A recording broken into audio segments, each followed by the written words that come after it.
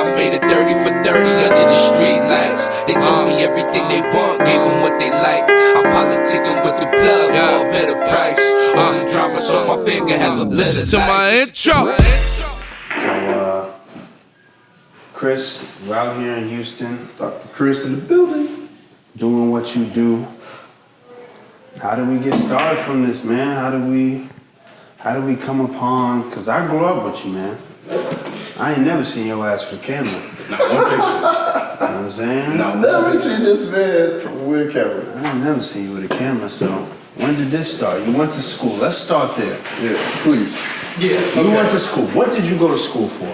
All right. So I started school for athletic training. Started school, and funny enough, I only studied athletic training because we were talking about before. I was so behind with everything. So I was so behind that I didn't know what majors even were. Like I didn't know how to pick one. I thought you had to pay to do that. I didn't know. So me and Ronnie. You kind of do, but unfortunately. Me, Ronnie, and Ruff actually all went on a visit to Dominican College. And while we were there, Ronnie was like, yeah, like I'm studying athletic training. And I'm like, me too, here we go. And Ruff did too. Really? The three of you guys That's studied? hilarious. I've never admitted it until right now, so I'm I didn't know that Ruff did it from that, but that makes sense because y'all all three and Toby all studied the same thing. Toby studied it too? Toby ended up switching it, but we all did. Besides, like actually, I think Ronnie's the only one who kept with it. He switched exercise science. Nobody graduated with an athletic training degree. Okay. So, yeah, I did that, and it actually afforded me some great opportunities. I worked for the Baltimore Ravens. She was dope.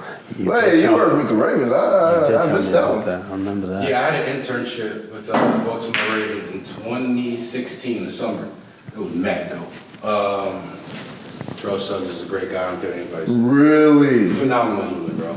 man. Steve Smith Sr., another phenomenal human being. Steve Smith is that guy. Yeah, he gave me a watch. He gave you a watch? Yeah, because he made fun of us, all the interns. She's like, you ain't got no watches? Like, yeah, you got these interns in here looking broke. And, the way he was in interviews and on the field is how he was that person. Of course. Intensity all the time. So he was like, I got the interns in here looking broke. And for like a week straight, they're coming in like, y'all broke ass interns. And so next thing you know, like 2 days later, I was in the back room cleaning up or whatever, and he's like, yo. And I'm like, yo. He goes, here. And he just threw me a G-Shock. He threw me this camo G-Shock. I still got it in my crib right now. Wow, shout out to Steve Smith, man. Mother, that's my guy. Yo, you guys ever seen that little, I guess it's an HBO clip where he was with the Carolina Panthers and he was asking their young receivers if he should play them that week? Yes. Where he's basically, he's like, I got so-and-so on my bench, but I want to play so-and-so, right? And then he went, I think it was DJ Moore. Yes, it was. He was asking if he should play him. Right, he was like, should I play you? And honestly, he was like that. So the first day of training camp, funny enough, they were running like 101s because there's no pads yet. And he goes, yo, all the rookies go to that line. I'm working out over here. I need the good corners. On top of that, and on top of that, he made one of these kids carry a water bottle, like a Dasani water bottle, and keep it in his pocket. Because like, y'all don't drink community water. Like, I'm not drinking none of that. Yo, none of that bum water. He's drinking the Dasani though. Yeah, he's like, my water gotta be bought. I ain't drinking that community water. But yeah, so I did that. And while I was there, there was this lady. She was so nice. She was so dope. And she was with the Ravens, and she did media for them. And while she was with them, she took pictures. And like some of the coolest pictures I have from that experience were from her. And that kind of stuck with me. She's like, all right, that's dope. I was getting paid at the time while I was an intern, so it was dope. That never happened, paid internship. Yeah, I was about to say, that's a blessing. Yeah, and it wasn't even like a little bit like a stipend or nothing. Like it was like $11 an hour. It was like really like an actual job. Yeah, and we get overtime for internship. So I came back to college and I had this little bit of bread left, and I'm like, all right, you got one opportunity for the next couple of years to just spend this money however you want. True. Adulthood is right there. You know what I'm saying? So like, how do you feel about it? Like, what do you want to do? And my boy Mike was taking pictures. He was killing it. time. Mike Mathis? Benson. Benny Benny Commerce. Commerce. Shout out to Benny Benny Commerce. Commerce. Okay. So he was taking pictures at the time, and like, I used to love what he was doing. So I'm like, all right, let me just buy this little cheap camera that I can afford, which is actually the camera in that book bag right now. And I bought it, and I started taking pictures with these stock lenses. And what had happened was, I was just having fun, and people started to really enjoy what I was doing. So like, people made me professional. I think that's the best way to go. They made me professional. Like, they made me have to at least act like I was some kind of professional. Like, there's this kid named Henry, he actually got married, but he was like, yo, my mom, he was from Brazil. So, yo, my mom has this picture that you took and it's framed in our living room. It's like a 6x6. Really? Yeah. And I'm like, what? Like, why would she do that? It was probably. Why would she do that? It just didn't make sense to me. And then I'm like, all right, dope. So then I just kept going with it, and I was still in school. And the athletic training thing didn't really work out how it was supposed to after leaving Baltimore. I felt differently about it, honestly. I felt like I had the experience I wanted from it, I guess. Like, Right. there was nothing more than more. So I kind of just stopped hearing about that, kept pushing the camera, graduated. But while that time in college, I was taking pictures at basketball games, at the soccer games. We didn't have a football team, but I wish we did. Wait, what school did you go to that you didn't have a football team? No promo, no promo. I went to a school. I love it. I went to a school in the Media South. trained. Nah. Media trained. No promo. No promo. Love it. I went to a school out in Tennessee. Shit, I mean, she did pictures, you'll know, but y'all look. So I was there, but they just kept, this dude Scott, he don't work anymore, but he was like, yo, like, if you have the camera, come to the game. Just whatever game you want to, just text me beforehand, come through. Got to a point, I didn't even text him no more, I was just going. Did that, and then graduated, left school, came home, and I was like, I could probably tap back into this, like, if I really got in gear and, put some work in, I could probably tap back into it. Right. So I started doing it again, and then I started going to shows and taking pictures for one of our friends that makes music, shout out to Ruff. And we were doing that, and then I would use that to market toward, bigger gigs where I was getting paid more, stuff like that. Makes sense. Yeah, and eventually that whole backlog made me qualified to not only want to say qualified, people were like, yo, all right, come through, come to my show, whatever. Like, I was doing all sorts of shows, not all sorts, I've only did about 7, but they're still one of my favorite rappers from New Jersey, did his show, his album release party, that was fantastic. Yo, you sound much more credible You know what I'm saying? than you was trying to tell us before. You know what I'm saying? You just said Sue Surf, Steve Smith Sr. from the Panthers, Yeah, he gave me a watch. Terrell Suggs. Suggs. Hey, he was just funny, and Steve Smith called me broke and gave me a watch for it. I ain't taking no pictures of Steve Smith, but hey, Steve, holla at me. You know what I'm saying? That we can get that in. But yeah, so I started doing that, and I had a couple of other opportunities. I was supposed to do Benny's show, but that didn't work out. But yeah, it's And when you say Benny, we're talking about the infamous Benny the Butcher. Benny the Butcher. Yeah, Butcher Bush. coming in. So we done got. I'm sorry, I'm on my Kanye. I got Yo, you You know what I'm saying? Let's get the name. Let's get the name counter going. That's my bad. That's my bad. That's I'm gonna be a legend soon. I'm a legend now. I'm a legend now. my bad, Benny. I'm sorry. Maybe you'll see this anyway, but. Nah, he is. No, gonna he's see definitely this. gonna see this. He gonna see Definitely this. gonna see this. But yeah, I was supposed to do that, Dom gonna get it to him. Shout out to you, Dom. and Team on. now it's like, I don't know, I'm back in. So you're talking about your progression into this, and you're making it seem like, hey, I just grabbed the camera, started taking pictures, Right. people liked them, and it was cool. But I've been around you, we've had these discussions, and you talk about there's a lot of work to do after you take those pictures. For sure. So if you could break down a little bit of that, and also talk about why you still continued to do all that hard work and do what you were doing if maybe this wasn't what you went to school for, this wasn't, this was just something on the side. Right. What made you keep on going? What was that passion behind it? So, yeah, the little bit of the work, and then also what was the passion behind it? Okay, so I get the camera, and truthfully speaking, the camera was like a saving grace for me in college because I didn't realize it, but I was dealing with just like school burnout.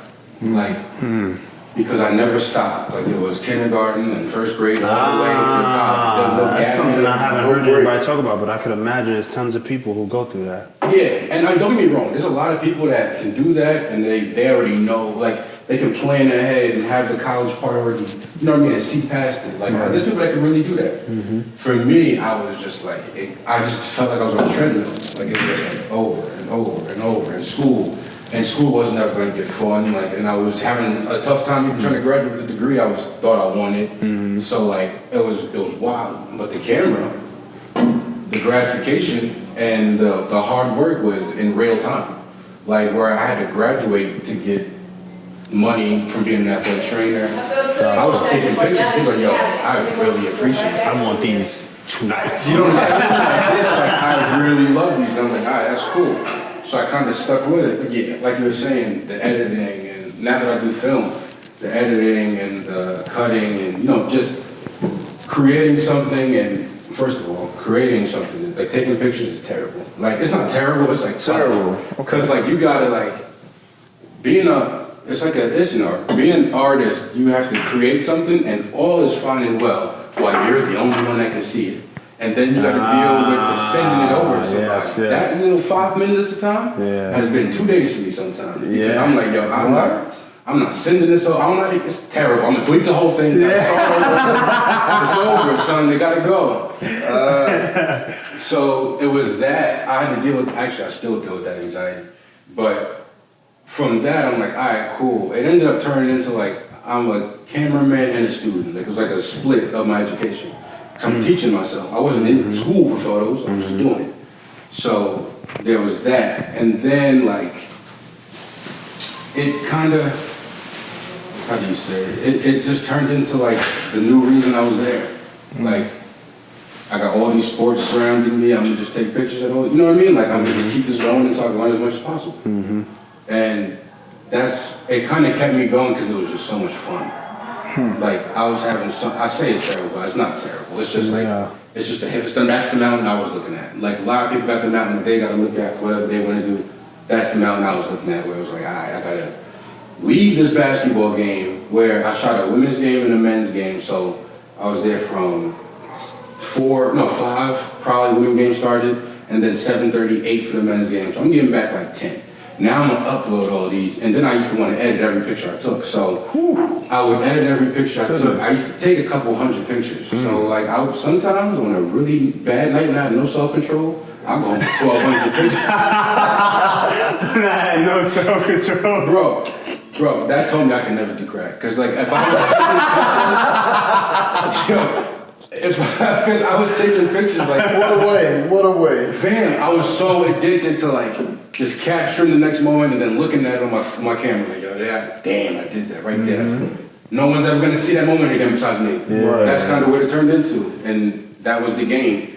And that's kind of what kept me going, if that makes sense for your answer. Yeah, so That was a great answer. that was a great answer. And I wanna, I don't wanna leave this point yet of the fact that you did not go to school for this. You didn't go to school for this. When in school now trying to learn on the floor. When we were growing up, this is not something that we ever spoken about. I didn't see you with, I don't know, you could speak more to this, but I don't remember seeing anybody in your family hoisting around a camera. I was exposed to it, pretty much. Yeah, like how are you exposed to it? And then I want you to speak on like, just How's it make you understanding that you can take a step in something that maybe you didn't grow up with, you didn't have a PhD in, whatever the case may be, and you can just make your way. You can find your way through it. Okay, I was exposed the idea of I don't even want to say taking pictures, but the idea of being able to create a memory, let's say, it started from my sports career when I was a kid. Not even a kid, like middle school and high school, because at that point in time, my parents were both busy working, things like that. Right. And I played most of my career at that point in front of nobody I knew. So like everything was in front of strangers. Home games were road games. Like that's really what it was. Like, it just was what it was. I just kind of got used to it, and then from there it kind of went like, all right, I would love if somebody had pictures of me when I was playing. You know what I mean? And then that went to like that thought just stuck with me, and then. Fast forward, I saw my friend Mike. I think he was in school for it. Mike Mathis. Benson. I'm gonna say Benny. Mathis, we promise we gonna get you a portion of the show because Jimmy keeps finding a way to mention you, bro. So Benny Thomas, the dog, I think he went to school for it, but I just kept seeing him doing it. I watched him like grind it out and kind of figure it out on the fly, like the business side of it. So that stuck with me, and then. I'm sitting in school with like, I don't know, probably $500 in my bank account, which is a lot for a fucking college kid. I was about to say, Well, I'm fresh off the internship. True. I got a couple $100 in my bank account, and I'm like, all right, I think I could probably figure this out. Like, I might be able to like MacGyver this photography thing. And so I bought the camera. And then once I bought it, I'm like, all right, like this is going well. And then it became more of a passion thing because that memory came back. I'm like, damn, like I'm that person at these people's sports games. And you said it was going well. So when you first bought the camera, you just went to the nearest sports game. Like, how did you? Oh, I'll tell you exactly what happened. I lived in an apartment named Dishner. Google that. I'll tell you what school I went to. And I lived in an apartment, Dishner Hall. I bought the camera. It came in the mail. I'm opening this box, I take it apart, and I'm like, damn, now what do I do next? Literally, like I don't know what to do. I got it, do something, camera. Yeah. So from there, I'm like, all right, let me just get connected. So I went to the first soccer game I could go to, which was like the next day. Went to the soccer game, and my boy Danilo, that's my guy. I took a picture of him that I still have to this day, and. I thought it was a regular picture, and he posted it like 15 times that year. Like that was like his game day picture. Yeah, like, that's dope. Bro, what? And so I'm like, all right, that's fire. And then it just got addicted. I'm like, okay, like I have a significance here. Like they just kind of, I don't even want to say failed, but like from going to not playing in front of people to people wanting to play in front of you. As a kid, I'm like, damn, I never had the audience. Different feeling of like gratitude or. I feel like the parent. I feel like the kid that you want to invite to the game. Where I was like, damn, like, all my last game, my senior days, I never had one. So the last game I played at home when I was in high school was in front of strangers. When I'm at college and I got the camera in my hands, I get phone calls. Yo, senior day is Wednesday, like, what should Like to the point where they're like, yo, you playing lacrosse? I don't care. Like, you gotta We need the pictures, boy. So it became that, and I'm like, damn, like this really means something to these people. And through that, I'm like, damn, like I really mean something to these people. So it's kind of, it fulfilled a child thing, like a young adult thing, I would say, probably a child. Okay. Does that make sense? Yeah, that does make sense. Yeah, to pitch in a little bit, Alex, I want to kind of ask you the same thing. You've been doing this podcasting thing for a little while now. Yes, sir. I've been going, how old am I? I'm 27. I've been podcasting since about, I was 14? 14, so 13 years. 13 years of podcasting. I was doing it on something called Blog Talk Radio. Shout out to Kenny, well, full name Kenrick Thomas, out there in Florida. Kopek's very own, who showed me the ropes. You know, he had to be at least 16 at the time, and I was about 12. And he was like, yo, we always talk sports. Why don't you get on my radio show? That's what it was called before podcasting had an actual term. We call it, my radio show. And I was like, sure. And we just got on there. He's a Yankee fan. I'm a Mets fan. We just kind of went back and forth. And The show live? it was live, but we would more or less tell people to watch the recorded version. Okay. And that was the start. I realized how much. Well, all right. So let me get real in depth with it. So growing up, I didn't really have much of a say. I didn't have much of an expression or an opinion in a typical black household. You know, stay in a child's place, they tell you. Absolutely. And what podcasting allowed me to do, as well as just talking to other people, I felt like a person. I felt like I do have something to say. I do have an opinion. I don't have to stay in a child's space because I actually do know why the Mets should be playing this person instead of that person, or why I want chicken instead of steak. Like, I have a genuine opinion. And podcasting allowed me to pretty much have that space to do that. And it was something so unique that a lot of people were really like, wow, you're 13 years old with your own radio show? Like, that's pretty impressive. And I might have gotten at the most at the time, maybe like 10, 15 listens a show, but I didn't care. I didn't care. It was like, this is mine. No one can take this from me. I know how to do it. I know how to call it. I know how to do all that stuff. And even now to this day, where people are like, wow, you know, you're podcasting, like, you're good at this. Like, you're really good at this. And it's like, I've been doing it for 13 years already. I've been saying my opinion. I've been articulating it in a way where all the viewers or anyone can understand what it is I'm trying to say or my stance. So I was like, you know, I kind of got tired of the sports thing because it would get intense and then be like, oh, well, see me outside, then on the court. You know what I'm saying? So I wanted to switch gears because I have so many, all of my friends, and everyone's comfortable talking about sports. No one's comfortable talking about their life. And I saw that. Like, we can debate Kobe Bryant's stats from RP Kobe to the death. Like, me and him go back and forth, you know, Kobe, Melo, LeBron, all of that. We could talk about all of that in depth. Are you okay? Yeah, I'm all right. No, you're not. No, you're not. You're not okay. You're right. So I have been using podcasting to be the person I didn't get the chance to as a kid, which is just to be acknowledged, to be heard, like on some real sentimental stuff. Like, that's why I got into podcasting. It was always to show not just my family, but just people in general, like, yo, I got something to say and I'm gonna say it. And honestly, to follow that, what you just said about being heard, being like taking pictures and things like that kind of fit right into my wheelhouse of how I wanted to be heard, because I like the ability of working in silence. And then when I send it over, it's like, oh damn, like, thank you. You did that. You know what I'm saying? Thank you. That's crazy. And then it comes back to me in a way that's like, I never have to ask for it. You never have to ask. You know what I'm saying? I just give you pictures. All I'm doing is sending you a link. Every time I give somebody pictures, you can probably ask anybody that you may know or don't know that I've taken pictures for. I never say thank you or anything. I send you a link and I say, let me know what you think. Because then, however you respond is on you at that point. I'm not pushing you to be like, yo, here's the fire. Yeah. Here's the heat. Yeah, got that sauce coming your way. Because I know I'd be devastated because if I did that, somebody'd be like, yo, what the?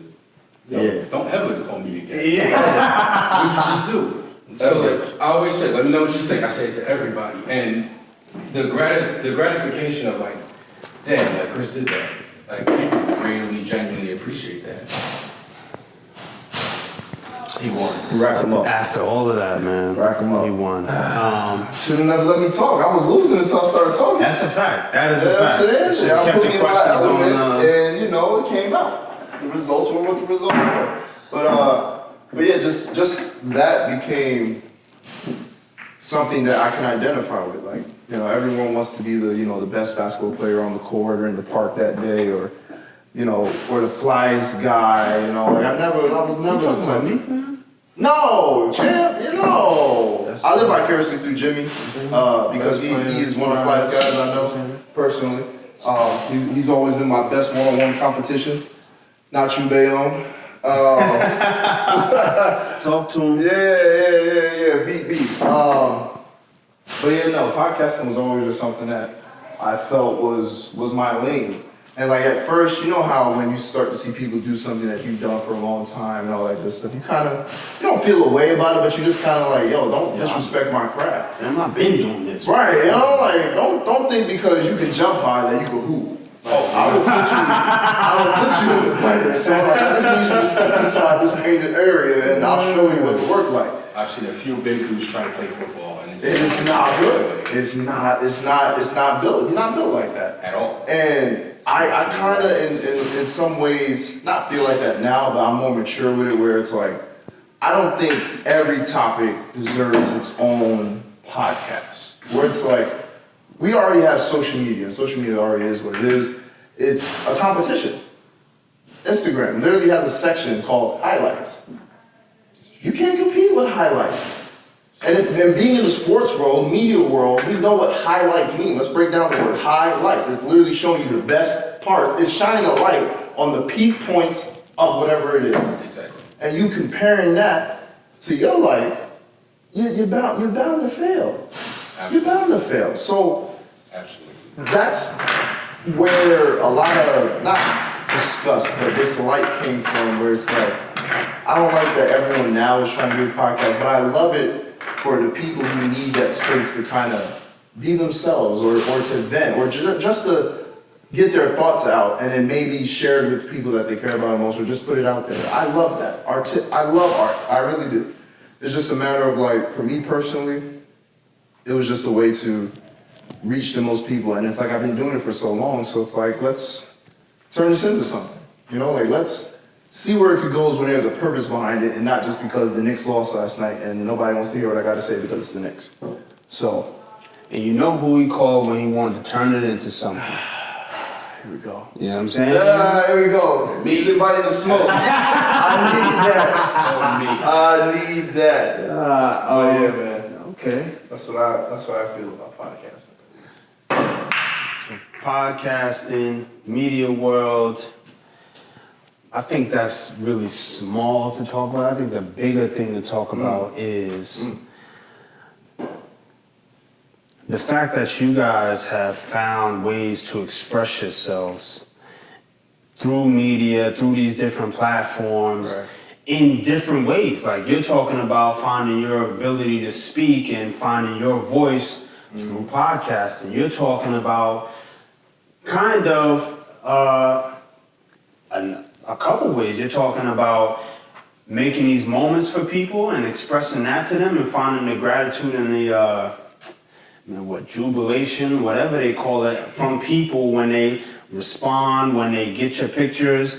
And then also, like you said, working silently, but also having something that you know, all right, I put the work in, I did this well, I did what I needed to do, kind of finding that, that confidence there. So what would you say to people who are trying to maybe work on themselves, but also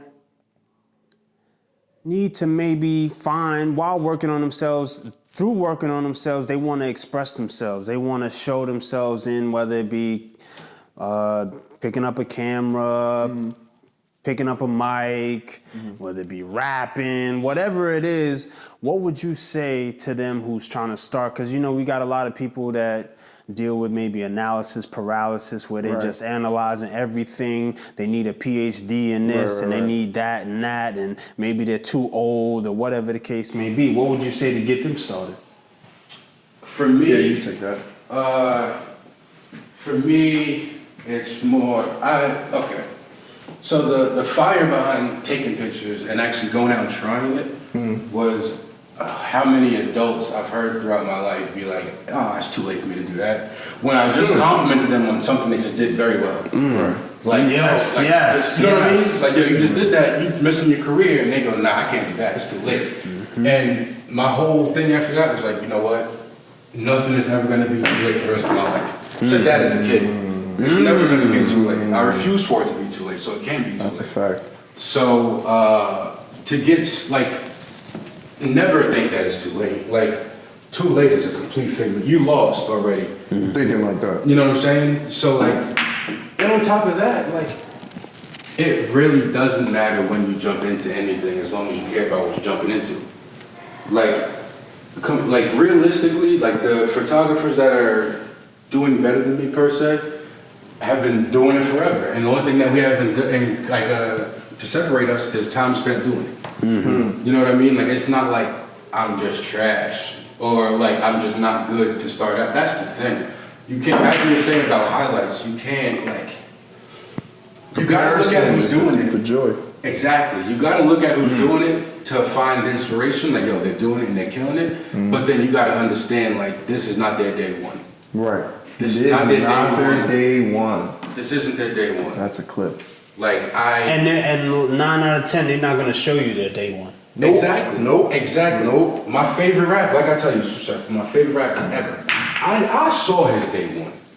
Really? I saw it not like physically, like I was there, Yeah. but like I followed him so long that like I kind of got a good idea how it happened. How it started, yeah. Man been in jail 3 times, got shot, and now he's just getting famous. Not that, you know what I'm saying? Not that that's what I'm gonna ever experience, but like that was what he Yeah, I had to sure go hope you through. don't get shot. Yeah, I wouldn't want that either. You know, my God, oh my God. If what happened to him happened to me, I'm out of here. I'm checking out. I'm not even trying to fight that fight. Nuh-uh. But like it's like I saw his day when I saw his growth, and it's very inspiring. It's like, yo, like I started, I committed, I dedicated myself, and this is what I got back from it. So try it. Like try it, and whatever apprehension there is, you made that up. That's a fact. You know what I'm saying? You made that up. It's simple and plain as That's that. what they say that is. That's fear. False expectations appearing real. Okay.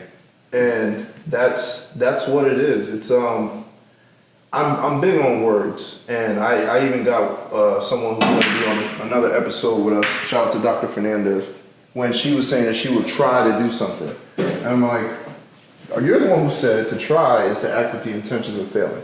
So just say you'll do it, because you'll learn far more from the failure than you will the success. And so many people have said that All the time, man.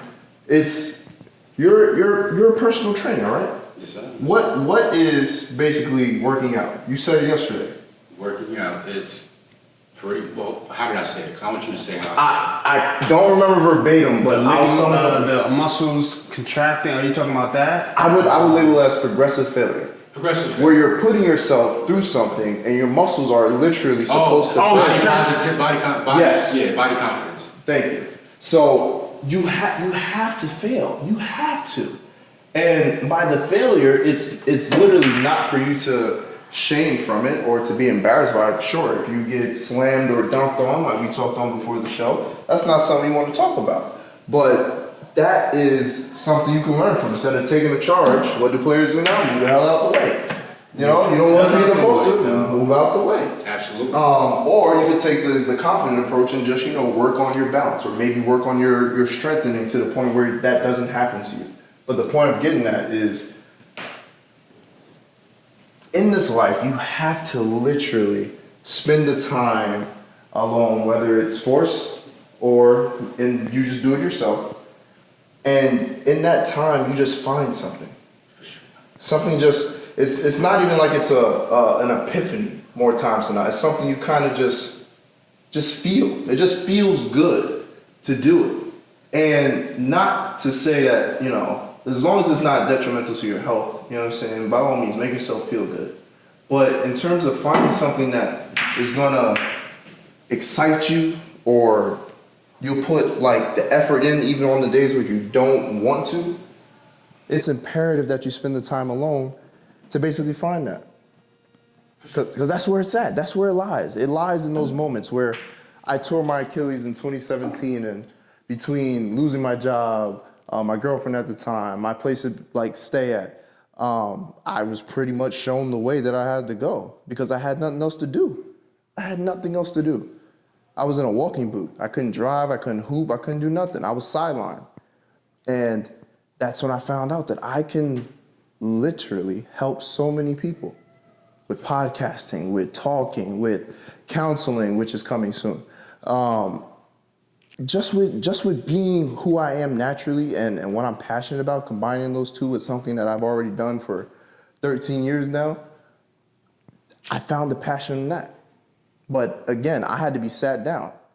And I speak on that moment in time because I was literally working 2 jobs. I was working at Bayshore High School, and I was working at Dick's Sporting Goods to pay pretty much my car expenses. And if you ever worked in retail, you know Black Friday is the worst day of all time. Like it's the worst time ever. And I was working at the Dick's Sporting Goods at Bayshore Mall, so that's a mall. So it's gonna be packed no matter what. And I remember telling coworkers probably maybe like a month beforehand, I'm not working Black Friday. I'm not doing it. I'm not doing it. Put my foot down. I'm not doing it. I'm not doing it. And words are powerful because I didn't do it. I didn't do it, but it was because I tore my Achilles. I couldn't do it. So that's another lesson for another episode. But that's how I knew all of this was supposed to happen the way it was supposed to happen, because I've never had a serious injury like that before. I sprained ankles plenty of times, sprained knee plenty of times.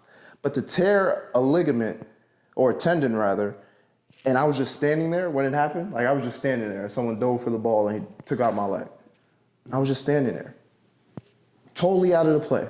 I'm like, okay, there's something here for me to pay attention to, that if this weren't to happen, I probably wouldn't have seen it because we were playing in a basketball league. I had the 2 jobs. I had the girlfriend. That's enough in itself, outside of being a brother dad. For sure. So there will come a time, either you're sat down in life and you find that passion, or you go out of your way to talk to yourself and be like, hey, let's figure out what we like to do, or what's something that always comes naturally to us or interest us. Like, just figure out those things and then go from there. So it sounds like you hit something traumatic in your life. Like you said, you never been through anything like that. Right.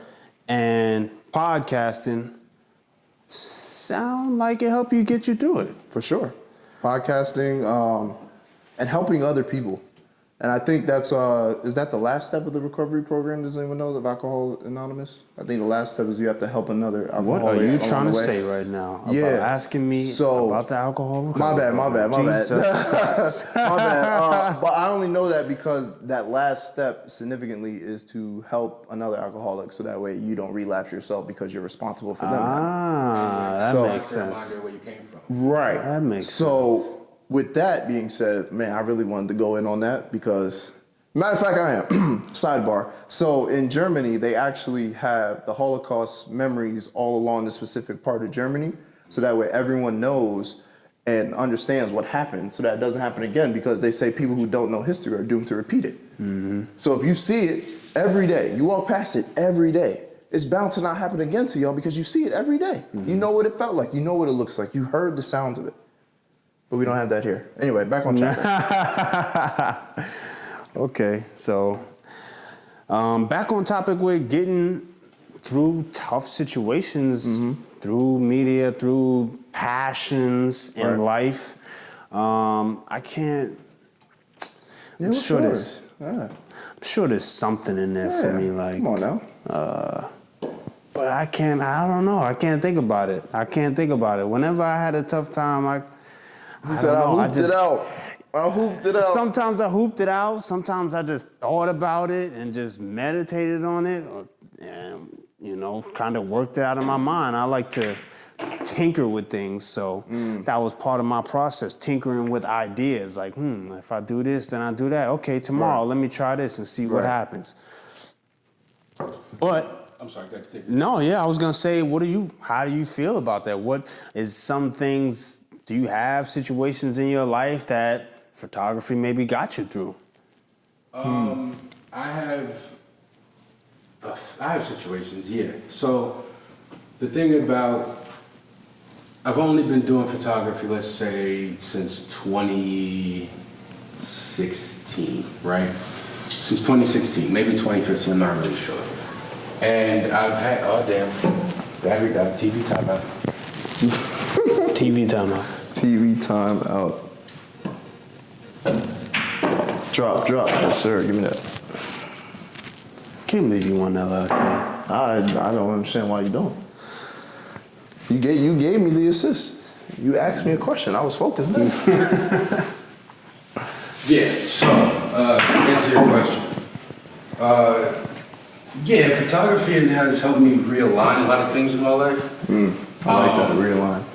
Just because, like, when I treat it like a priority, it's really easy to know what not to do and what to do, right? But I'm obsessive at the same time. So, like, What do you mean? like You if said when you treat it like a priority, you know exactly what to do and what not to do. Is that what you said? yeah. That was really good. So, like, whenever, like, I'm not perfect. So, like, there's days when I wake up and it's like, what do I do today to get this business going, to get this photography thing going, to make this happen for me? And when I'm up and I can find that approach in my full, like, I'm attacking it, it's real easy to be like, no, I'm not going out tonight. I'm gonna go. Got you. You know what I mean? It's real easy. Different level of focus. Exactly. Got you. But I'm obsessive. So when I obsess over things, it's anything I'm slightly interested in, I'm probably gonna fall in love with it too much, right? And I've actually done that and sent myself into a hole and just didn't pick my camera up for like 9 months. Like 9 months. It was like, I want to say 2019, I got That home. was recent. Yeah, 2019, I got home from college, finally, and 2019, guys, we graduated in 2012. Hey, I got the bachelor's in that time, okay? I just something else. So like, I'm just saying, he spent a lot of years in college, bro.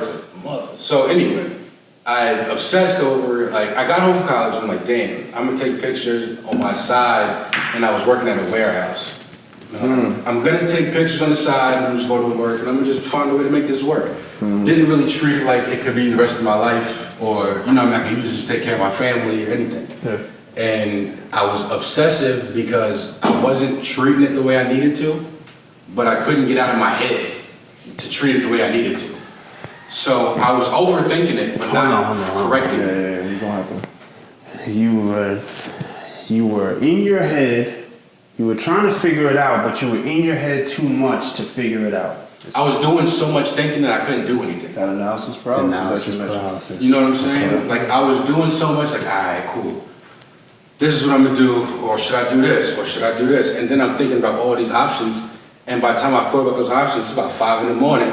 I got work in 3 hours, and I've thought myself into a complete headache. Like, I can't even, you know what I'm saying? Yeah. So, Overload. yeah, for sure. And having to, like, realign myself a little bit back into it helped me. But this, like, the last year, that's when I've been able to really, like, all right, I need to step into this fully and attack it and treat it like it could do something for me, or like it's the special thing that, like, I feel about it.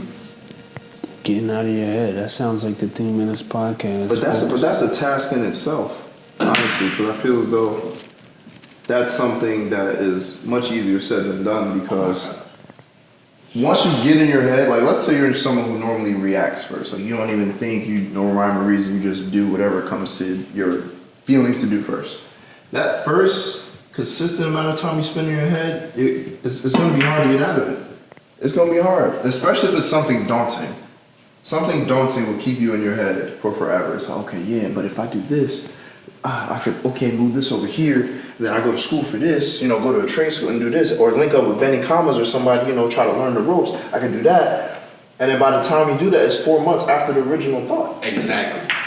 4 months. Exactly. And in that whole time you thought about that, you could have been doing other things Something small. that could open up another door for you. Something so small even, to the point where it's like, no, but No, I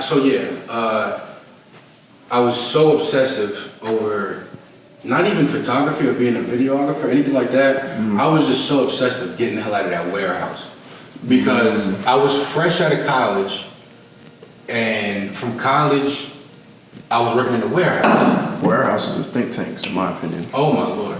That's all. Oh man. If you're not talking to somebody, it's a think tank. And it's a big one. It's a big warehouse, and it's about 9 of us in there. So you could be somewhere by yourself completely in this warehouse, and it's dark. So you just stuck with you and your thoughts. That's just your job for the day. You gotta think your way Fresh out out of of this. college too, yeah, nah. Now you gotta find what you really love. Because now at this point, you've exhausted all the energy to just do something and get by. It's not there anymore. I can't go back to that warehouse. Can't. I can't do it. I'll never do it again. I can't. So now we gotta figure out what you're passionate about. Now we gotta figure out how are you gonna get somewhere else? What's important to you? And really, I kind of want to really say that I've only been doing photography and videography for 6 months. Like, really, that's how I feel. Because I've had insane. Like, I'm not the same dude that was doing it before. I'm just not. I can't even, like, find that guy no more. He said I'm 45, not 23. For real, like. This man has lived a life, I will tell you, people. I love it. But I mean, that I want people to know that you don't, not have to, it's not like you literally went out your way to make yourself get to that point. But you don't have to let it get to that point to reach the point of just realizing that you can do something new, or you could do something that you've always wanted to do, and have faith in yourself. Confidence is at an all-time low right now. As a people, as a human race, confidence in yourself especially is at an all-time low. And they tried to bring it back by saying, self-care, go for self. And now we're on the other end of that, where all people care about is themselves. But still feeling the way they felt before, which is their confidence is still low, which is why they have to go out their way to buy things that they don't really want. Why they have to go to events and just post that they're at the event and then leave. People do that. That's a real thing that happens. And it's not necessarily sickening, but it's so upsetting because it's just a lot of people replaying the same stuff that either they went through, their mom went through, their pops went through, or just simply what the world is now, which is a big highlight film. And you're not allowed to step back to come forward. It's a rat race. Like they used to call New York, the biggest rat race in the world. Like everybody's competing against each other. Now the whole world was like that. Absolutely. You're getting something because someone else got it, and you want to make sure you're keeping up with the Joneses. You're keeping up with the Joneses at that point. And Jimmy. It's not ideal, and you don't have to be that way for that. That was a terrible shot. You don't have to be that way in order to make that change, and you don't have to sacrifice yourself for it either. You can find it and you can do it and achieve it in a sense where discovery.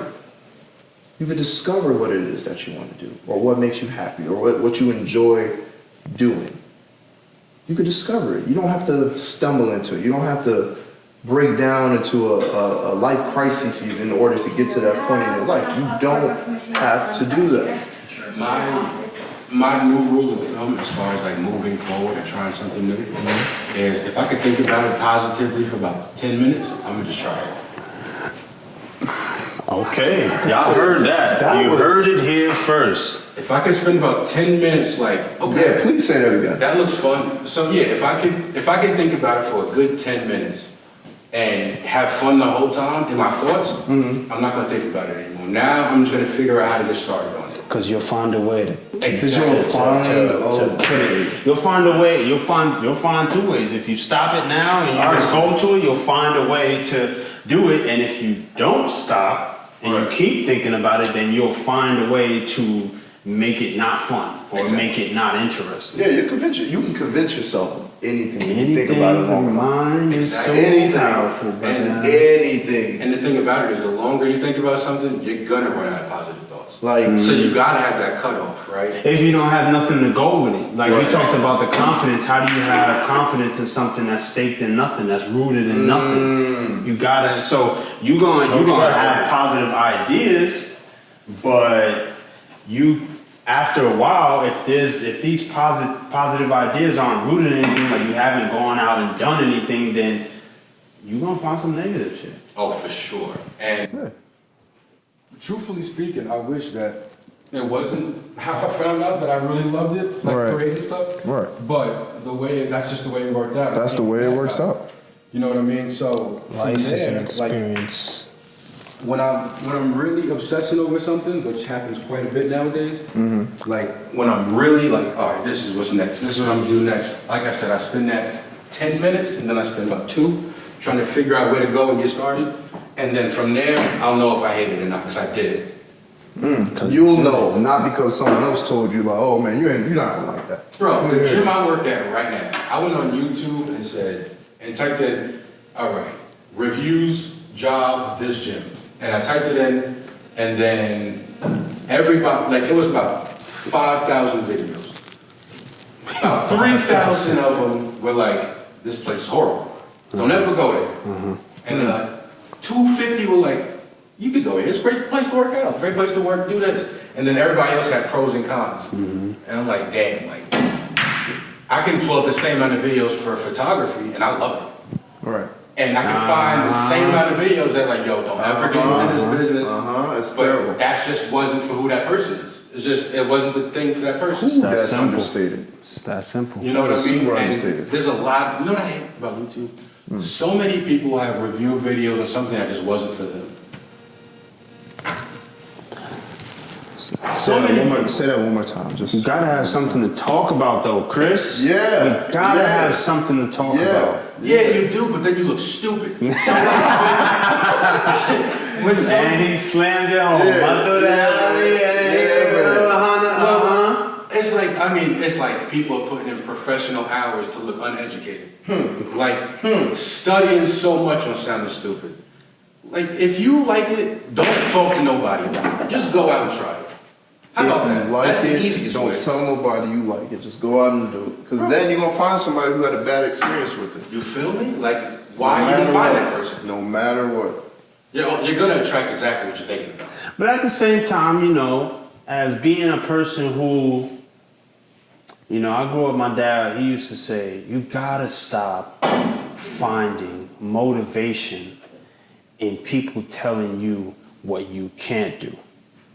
Now, Ooh, I'm so glad you said that. Now, I have yet to find something else to motivate me the way that motivates me. Fam. But Same way. so those videos serve a purpose in my eyes. Like if you got 3,000 videos that are telling me why I can't do something, that's 3,000 people that I get to prove wrong. But everything really happens for a reason. I wrote on this pizza paper last Friday. Pizza paper or piece of paper? Piece of paper. Okay. As in I had a pizza in my hand That's and it was a piece of paper. But anyway, that's not the point. Okay. The point is that I was telling, I forgot who it was, that people rather be motivated by hate than supported by love or with love. Because it's easier. The emotion, anger, upset, drive, anything that could be fueled by negativity is far more easier to act upon than it is on love. Because love is not you gotta do this no matter what. Love is a reassuring thing. Hate is not reassuring. It's, you have no reason to be like this. Oh, okay. Why are you like this? Yeah. Whereas That's good. love, support, people saying you can do this, it's like, Are your rents online? it's very easy for you to kind of lollygag your way to it. He technically did, because I know he didn't call that. But it's fine. I called that, you know what I'm saying? No, you didn't. Called that. That's cool. Though. Called that. Well, I think we kinda We killed it. stretched that one out as much as we Practice my shooting, the shotty still getting finger fucked. Saying you family really don't mean too much to me. Niggas just ready, I might get seized, so don't fuck with me. Never Santino, I'm calming down with my anger be. Emotional when I'm working on who I'm supposed to be. What's my niggas, I place them where they supposed to be.